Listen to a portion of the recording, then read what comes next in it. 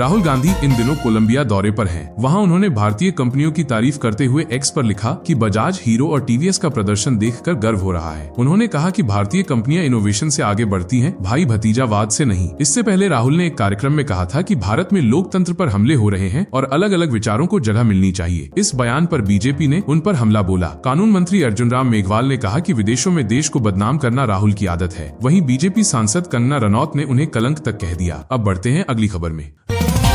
राहुल गांधी ने कोलंबिया की EIA university में कहा कि भारत में लोकतंत्र पर हमला हो रहा है और नोटबंदी जैसी नीतियों को नाकामयाब बताया। बीजेपी ने कड़ा विरोध किया। रविशंकर प्रसाद ने उन्हें देश का अपमान करार दिया और कहा कि विदेश में ऐसी बातें करने से वोट और सम्मान दोनों खो सकते हैं। गौरव भाटिया ने भी राहुल पर बार बार विदेशों में देश की छवि खराब करने का आरोप लगाया। राजनीतिक बहस तेज है। कांग्रेस की चिंता लोकतंत्र की रक्षा की बात है, जबकि बीजेपी इसे देश विरोधी बयान मानती है। अब बढ़ते हैं अगले अपडेट में।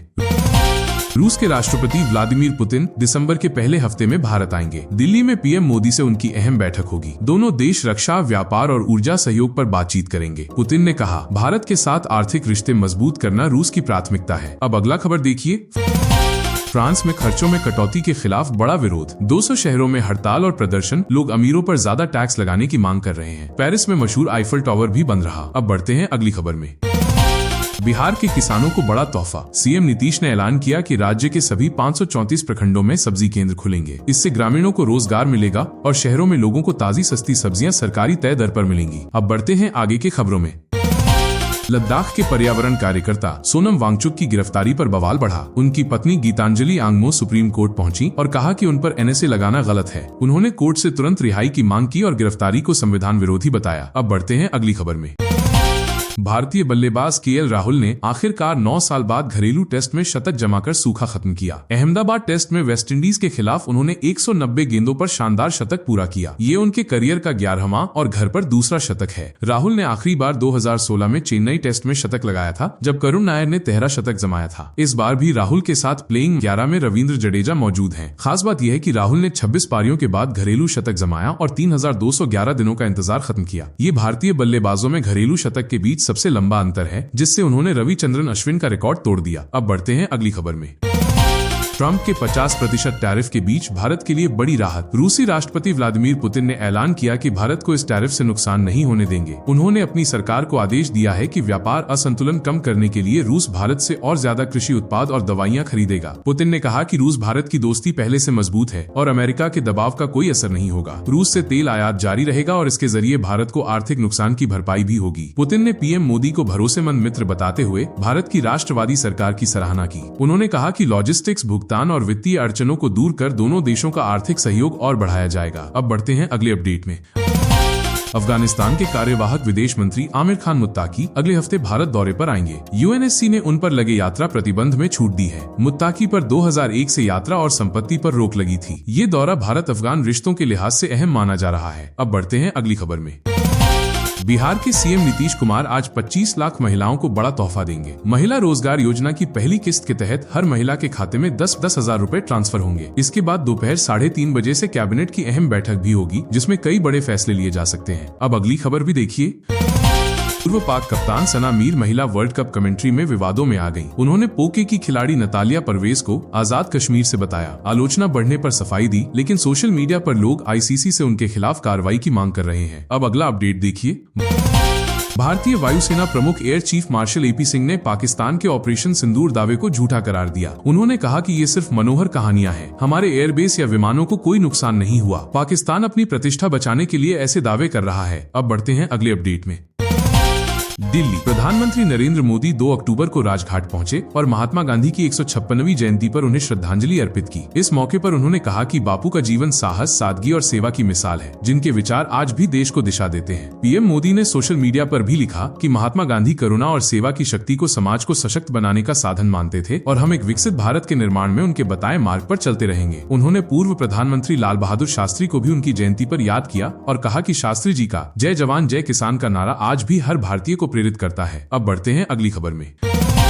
नागपुर में राष्ट्रीय स्वयंसेवक संघ (आरएसएस) का विजयादशमी उत्सव मनाया गया। इस साल संघ की स्थापना के 100 साल पूरे हो रहे हैं। कार्यक्रम में 21,000 स्वयंसेवक शामिल हुए और पूर्व राष्ट्रपति रामनाथ कोविंद मुख्य अतिथि रहे। सरसंघ चालक मोहन भागवत ने शस्त्र पूजन किया और अपने भाषण में पहलगाम हमले का जिक्र करते हुए कहा कि इससे हमें दोस्त और दुश्मन का पता चला, इसलिए देश की सुरक्षा को लेकर सतर्क और समर्थ रहना होगा। उन्होंने कहा कि हिंसा से बदलाव नहीं आ सकता, हमें स्वदेशी को बढ़ावा देना होगा। वहीं रामनाथ कोविंद ने संघ के योगदान को याद किया और कहा कि सामाजिक एकता और राष्ट्र निर्माण में संघ की बड़ी भूमिका रही है। अब चलते हैं आगे की खबरों में। त्योहार से पहले कर्मचारियों को बड़ी राहत मिली है। सरकार ने डीए में 3% बढ़ोतरी और बोनस की घोषणा की है। साथ ही जीएसटी में छूट से बाजार में खरीदारी बढ़ने की उम्मीद है। आरबीआई ने भी ब्याज दरें कम करने के संकेत दिए हैं, जिससे लोगों को कर्ज सस्ता मिल सकता है। अब अगली खबर देखिए। एशिया कप ट्रॉफी विवाद बढ़ा। बीसीसीआई ने पीसीबी चीफ मोहसिन नकवी को पद से हटाने की चेतावनी दी। नकवी ने माफी मांगी और ट्रॉफी यूएई बोर्ड को लौटा दी। इस ड्रामे से दोनों क्रिकेट बोर्डों में तनातनी और तेज हो गई है। अब बढ़ते हैं अगला अपडेट में। हिमाचल के युवाओं के लिए खुशखबरी। सीएम सुखविंदर सिंह सुक्खू ने घोषणा की है कि राज्य में जल्द ही होमगार्ड के 700 पदों पर भर्ती होगी। इससे बेरोजगार युवाओं को रोजगार का मौका मिलेगा और सुरक्षा व्यवस्था भी मजबूत होगी। अब अगला अपडेट भी देखिए। आरएसएस की 100वीं वर्षगांठ पर गृह मंत्री अमित शाह ने एक्स पर लिखा कि संघ ने हर वर्ग को जोड़कर राष्ट्र निर्माण में अहम योगदान दिया है। हैदराबाद मुक्ति संग्राम से लेकर धारा 370 के विरोध तक स्वयंसेवकों ने त्याग और सेवा से देश हित में नई ऊंचाइयां हासिल की। अब बढ़ते हैं आगे की खबरों में।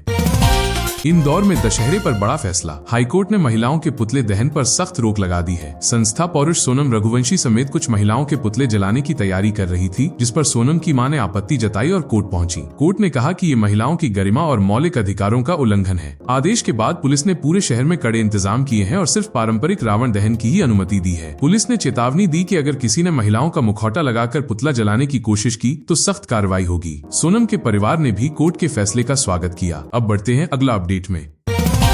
दिवाली से पहले केंद्र सरकार ने अपने कर्मचारियों को बड़ा तोहफा दिया है। कैबिनेट ने महंगाई भत्ते, डीए में 3% की बढ़ोतरी और दिवाली बोनस दोनों का ऐलान कर दिया है। इससे सरकारी कर्मचारियों की सैलरी में सीधा फायदा होगा। उदाहरण के तौर पर अगर किसी की बेसिक सैलरी 50,000 रूपए है तो अब उसे अक्टूबर की सैलरी में डीए और एचआरए मिलाकर लगभग 85,200 रूपए मिलेंगे। इसके साथ ही 7,000 रूपए का दिवाली बोनस भी जुड़ जाएगा, यानी कुल मिलाकर कर्मचारी के खाते में करीब 92,700 रूपए आएंगे। यूपी सरकार ने भी अपने कर्मचारियों को 7,000 रूपए तक बोनस देने का ऐलान किया है। इससे केंद्र और राज्य दोनों जगह के लाखों कर्मचारियों की दिवाली और भी खुशहाल हो जाएगी। अब अगला खबर देखिए।